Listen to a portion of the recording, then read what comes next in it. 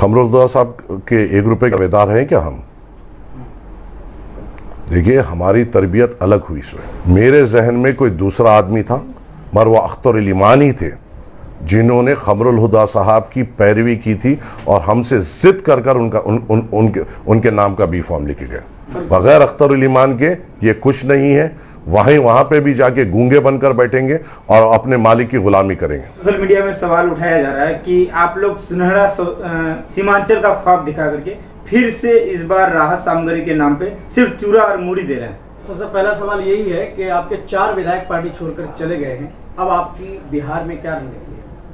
मेहनत करेंगे और जुस्तुजू से काम करेंगे। हमने जिस पे एतबार किया था और अवाम ने मजलिस इत्तेहादुल मुस्लिमीन के नाम पर जिनको चुना गया था, जो जाने वाले थे चले गए। हम हमारे हौसलों को और मजबूत करते हुए और मेहनत करेंगे और जुस्तुजू करेंगे। 2 साल के बाद इलेक्शन है, हकीकत आवाम के सामने आ जाएगी इंशाअल्लाह ताला। देखिए, क्योंकि बाइट आप दे रहे हैं सर, इसलिए आप पर आरोप है। आपके पूर्व विधायक कमरुल हुदा ने आप पर गंभीर आरोप लगाते हुए कहा कि जब टिकट बांटने की बारी थी तो उस वक्त आप जो है सिल्लीगुड़ी में जो है थे, यहाँ किशनगंज में नहीं थे और पैसे का बंदरबाट जो है वहीं कर रहे थे। इस आरोप को किस तरीके से खंडन करना चाहेंगे आप? खमरुल हुदा साहब के 1 रुपए के रवेदार हैं क्या हम?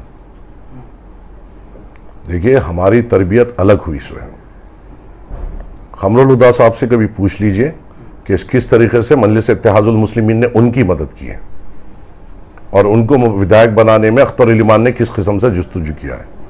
आज अख्तर अल ईमान के खिलाफ वो बेबुनियाद बातें कर रही हैं, मगर मैं बहैसियत जिम्मेदार ये कह रहा हूं कि जब पहली बार टिकट के लिए लाया गया था, मेरे जहन में कोई दूसरा आदमी था, मगर वो अख्तर अल ईमान ही थे जिन्होंने खमरुल हुदा साहब की पैरवी की थी और हमसे जिद कर कर उनके नाम का बी फॉर्म लिखे गए। आज जो बोल रहे हैं बोलने दीजिए, मगर हम जानते हैं अख्तर अल ईमान ने उनके लिए, अख्तर अल ईमान साहब ने उनके लिए क्या जुस्तुजी की थी और किस किस्म से हमारे सामने बात। नहीं सर, आपसे जो सवाल पूछा कि इसमें कितनी सच्चाई है, जो झूठ है, वही चीज पूछा जा रहा है। झूठ है। क्या खमरुल हुदा साहब को कभी बुलाया गया? जी। क्या खमरुल हुदा साहब के लिए जो मेहनत की गई, क्या जुस्तुजू को 1 रुपए का रवादार है उनका? खमरुल हुदा साहब को अगर कुछ बोलना है बोलिए, उनको बोलने से कोई नहीं रोकता, मगर जो हकीकत है वो हकीकत ही रहेगी, जो मेहनत उनके लिए की गई वो मेहनत ही रहेगी। सर, तीसरा सवाल आपसे ये है कि आपके पार्टी छोड़कर 4 विधायक चले गए हैं और उस 4 विधायक का जो जाने का जो रीज़न बताया जा रहा है वो आपके AIMIM के विधायक अभी अमूर से जो है अख्तर अल ईमान साहब, उनको नासूर बताया गया है कि वो MIM के लिए नासूर है। इसकी भी कितनी सच्चाई है सर? अख्तर अल ईमान साहब एक मजबूत सिपाही है मजलिस इत्तेहादुल मुस्लिमीन के और सदर मजलिस बैरिस्टर असदुद्दीन अवैसी साहब का पूरा एतबार है अख्तर अल ईमान साहब पे। जाने वाले जाते वक्त कुछ ना कुछ तो उनको बोलना है, बोल रहे हैं और जा रहे हैं। अवाम भी जानती है कि अख्तर अल ईमान साहब क्या है, आप और हम और तमाम इवाम भी जानती है। ये वही अख्तर अल ईमान पे इल्ज़ाम लगा रहे हैं जो इतने टर्म का विधायक होने के बावजूद भी आज भी एक किराए के घर में रहता है। कि रुकनुद्दीन साहब भी आरोप लगा रहे हैं कि उसको जान को खतरा, उनकी जान को खतरा है और अगर उनको कुछ होता है तो वो अख्तर अल ईमान साहब को कह रहे हैं कि उसकी जिम्मेदारी है। इसमें इसको किस नज़रिए से देखते हैं आप? इसका फैसला तो आवाम को करना चाहिए। अख्तर अल ईमान साहब की शख्सियत अवाम के सामने है। अख्तर अल ईमान साहब किस किस्म से अवाम से राब्ते में रहते वो आप लोगों के सामने है। किस किस्म की उनकी बोली है वो अवाम के सामने है। सीमांचल में कोई एतबार नहीं करेगा, खासकर किशनगंज हल्के में, कि अख्तर अल ईमान साहब ने किसी को तकलीफ पहुंचाने का काम किया। झूठ बोल रहे हैं, बेबुनियाद बात कर रहे हैं। सर, आपके बिहार के प्रदेश अध्यक्ष पिछले 2 दिन पहले एक सभा किए थे कार्यकर्ताओं का, जिसमें ऐलान किया कि हम बहुत जल्द हॉस्पिटल यानी शिक्षा और स्वास्थ्य दोनों के लिए काम करेंगे और स्कूल और हॉस्पिटल की बात कर रहे हैं। वक्त आने पे सब आपके सामने आ जाएगा इंशाअल्लाह ताला। और सर, आपके विधायक की तरफ से बहुत बड़ा इल्जाम है, खासतौर से नाम लेकर के, कि माजिद हुसैन साहब जो यहाँ के प्रभारी बनाए गए थे, इलेक्शन जीतने के बाद हमारे ताल्लुकात उनसे अच्छे नहीं रहे और जब हमने उनसे कांटेक्ट करने की कोशिश की, यहाँ के मसाइल को बताने की कोशिश की, तो उन्होंने कोई एक्शन नहीं लिया। उनसे ये तो पूछ लीजिए कि माजिद हुसैन साहब को फ़ोन करें, फ़ोन नहीं उठाए। कितने सवालात उन्होंने अभी तक असेंबली में डाले हैं, तो क्या क्या मुद्दों पे उन्होंने बात की। बात तो सिर्फ अख्तर अल ईमान कर रहे थे, ये तो गूंगे बन के बैठे हुए थे, उनका वक्त का इस्तेमाल हो रहा था। मुझसे बात करने की क्या जरूरत है? आपको चुना गया अवाम के मुद्दों को उठाने के लिए और अवाम की नुमाइंदगी के उठाने के लिए। कौन से मुद्दों पे आपने बात की? बगैर अख्तर उल ईमान के ये कुछ नहीं है। वहां पे भी जाके गूंगे बनकर बैठेंगे और अपने मालिक की गुलामी करेंगे।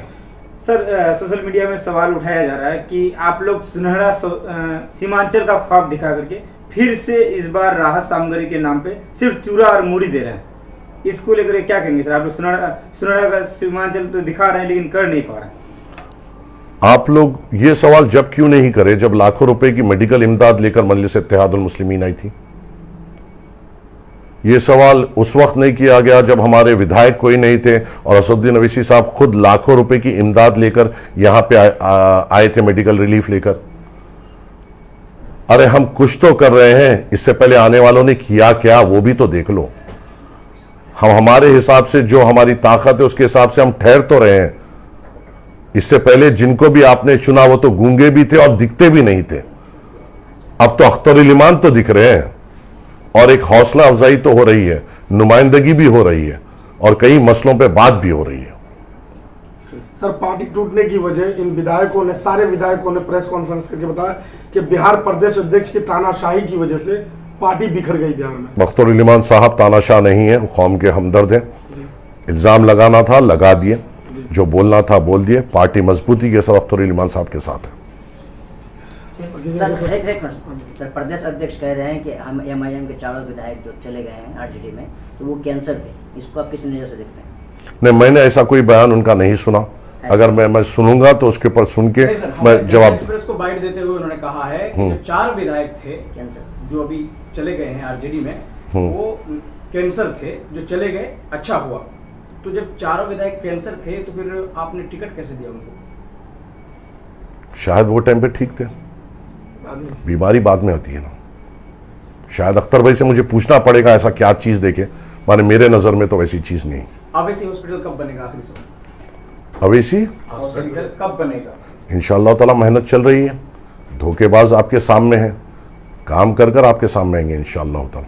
सर, आखिरी मैसेज आप क्या देंगे? जो जाने वाले थे वो तो चले गए, लेकिन अब किस तरीके से आप अपनी जो है और छवि को बरकरार रखेंगे और किस तरीके से एमआईएम को जो है और आगे बढ़ाने की कोशिश करेंगे? क्या मैसेज देना चाहिए सर? मैं बस आपके जरिए ये मैसेज देना चाहूँगा कि आप असदुद्दीन अवैसी साहब पे एतबार रखिए। उनकी बेबाक नुमाइंदगी, बेबाक आवाज़ आपके सामने है। चाहे कहीं आए कहीं चले ही जाएंगे, मगर मुद्दों पे और आपके मेरे मसाइल पे, चाहे वो शरीयत का मसला हो या आपके मेरे आने वाली कोई भी हिंदुस्तान में परेशानी का मसला हो, चाहे वो हमारी इबादत गाहों का मसला हो, कोई दूसरा लीडर नहीं है सिवाय असदुद्दीन अवैसी साहब के, जो आपके और मेरी तरफ से निडर पने से उस वक्त के फिरौनों की आंखों में आंखें डाल के बात करते हैं और हमें उसी आवाज़ को मजबूत करना है, जुस्तजू करना है।